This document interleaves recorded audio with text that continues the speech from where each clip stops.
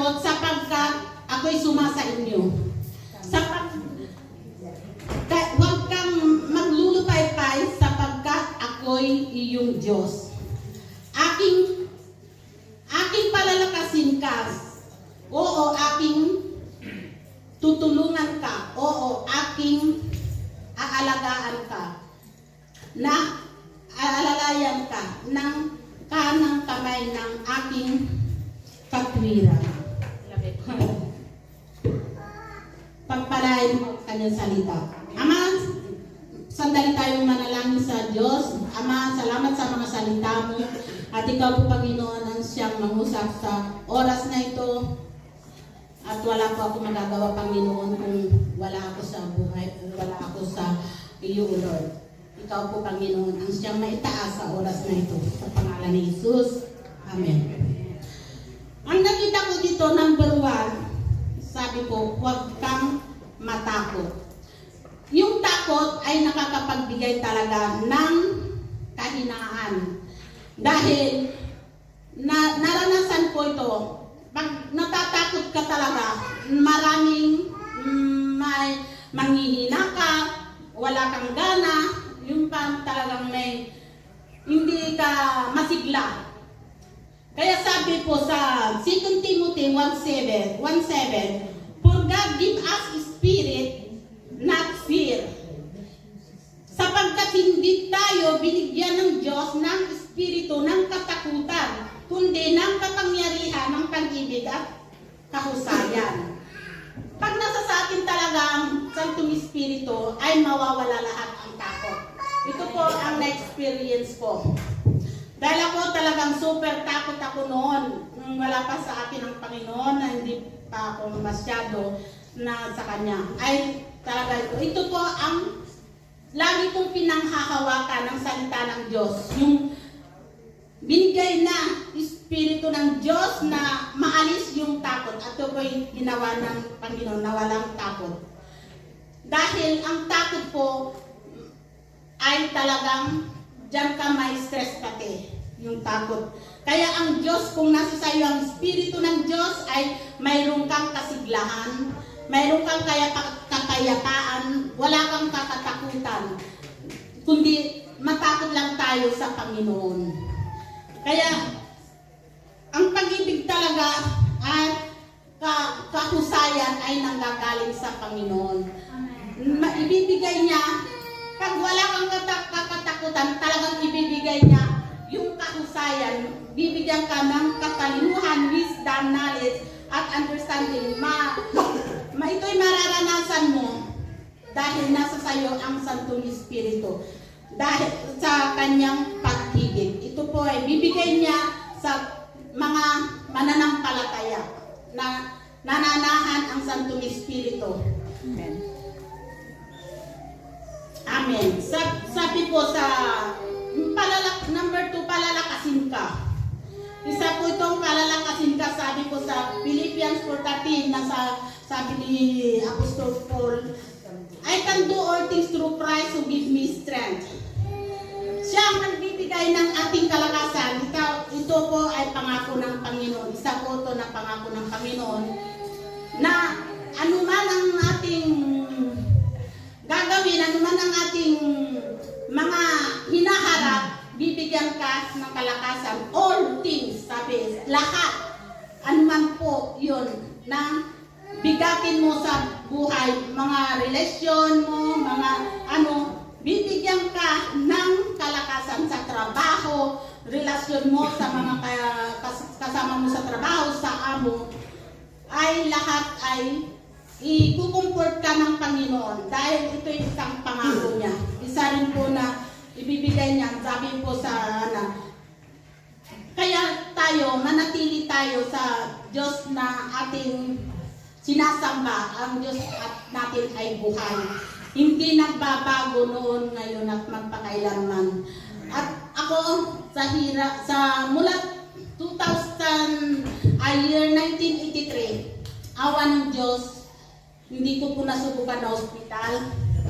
Praise God, dalawang trabaho ko, hindi ko po nasubukan ng baha, Praise God. Sa Diyos ako nagpupuri.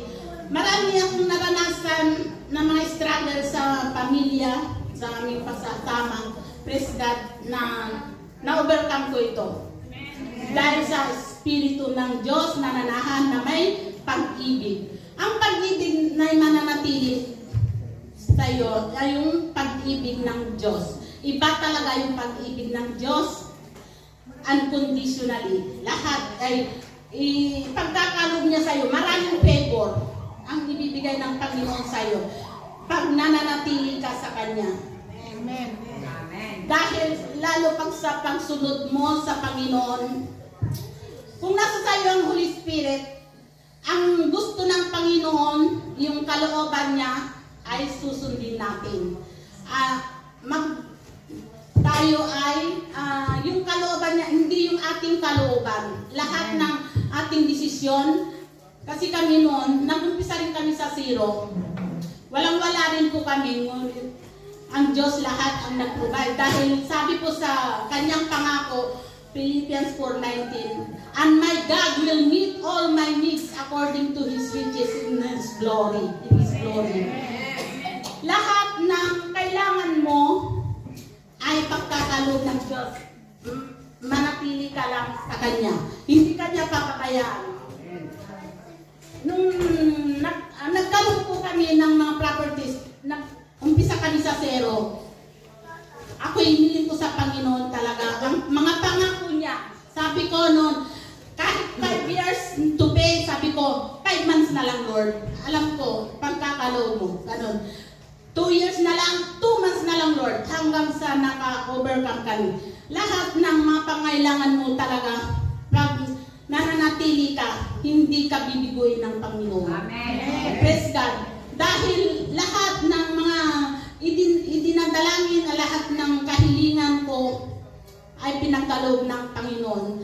Sabi ko, Lord, sabi ko, gamitin mo ako sa natitirang buhay ko. Sabi ko, 2 years na lang, 1 year mahigit na lang, ako'y magre-retire na. Alam ko, Panginoon, i-prepared mo ngayon pa lang sabi ko, mga pangako mo, panghahawakan ko, na hindi mo ako pababayaan, iiwanan.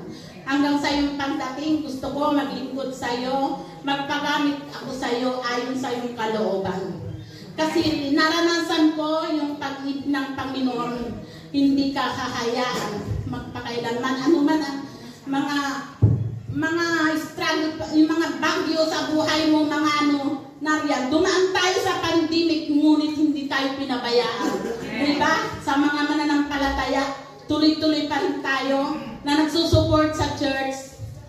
Dahil pag nagtrabaho tayo na may kasama Panginoon sa ating mga plano, ay hindi tayo bibiguin. Praise God. Dahil naranasan namin ito, gusto kong ma-encourage kayo mga kapatid. Yung pangako ng Diyos, sabi, isa pa sa pangako ng Diyos, sa Lucas 6:38, magbigay ka, bibigyan ka ng Diyos, hustong takal, lilig-sigsig at umaapaw. Praise God, dahil ito, isa rin kong favorite verse ko ito, ang pangako ng Diyos na aking pinanghahawakan. Sigsig-liglig at umaapaw sa biyaya ng Panginoon. Maraming favor ang Lord na naranasan namin. Nag-umpisa kami sa hirap, nag-umpisa kami sa pagtitiis, pero sa mga bandang huli, kami naman ay aani. Dahil yun ang pangako ng Panginoon. Magtanim ka at ikaw ay aani. Kaya lahat ng mga pangako ng Diyos ay i-keep natin. Lagi natin bulay-bulayin. Pag tayo may sakit, anong pangako ng Diyos din? I will heal you, sabi ng Panginoon. By stripe, I will heal you. Sabi po. Kaya yun, naranasan namin, nagkasakit ni Brother Tulo, itong mga past na araw. Una ako po, 4 na araw, ako na trangkaso. Sabi ko, Lord, alam ko, pangako mo na ako'y pagagaling mo dahil sa iyong mga biyaya, dahil sa iyong pagkamatay sa cross, dahil sa tumigis ang iyong dugo sa cross ng Kalbaryo, ito'y pinagaling mo na ako.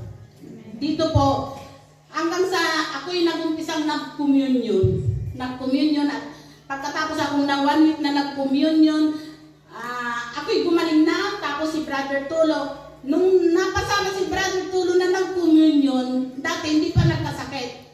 Ay, ang taktika talaga ng kaaway kako, pero hindi magtatagumpay dahil nasa sa amin ang Diyos. Diba? Ang taktika ng kaaway, nung nag-umpisa nag-communion si Tulo naman, si Brother Tulo, ay doon naman po siya nagkasakit. Pero sabi ko, dadaan lang yan. Walang kapangyarihan yan. Ang pangako ng Diyos, ang pangawakan natin, ay tuloy-tuloy pa rin tayo at pagagaling ka rin ng Panginoon. Dahil ginawa niya sa akin, dahil pinanghahawakan ko ang kanyang pangako. Sabi niya, by stripe I am healed. Sabi ko, ng dugo ni Kristo, yung katawan ni Kristo na nagkalutal tayo sa krus ng Kalbaryo, ay yon ay inako niya ang ating lahat ng mga sakit. Naniniwala po ba tayo doon?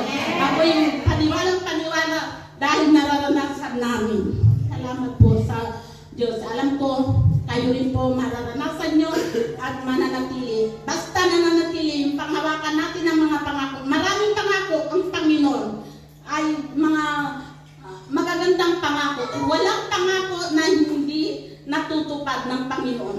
Ito ay tutuparin at tutuparin niya dahil ang Diyos natin ay tapat.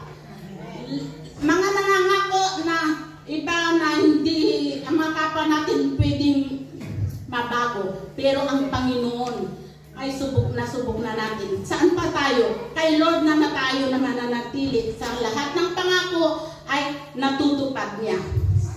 Ito lamang po. Maraming salamat at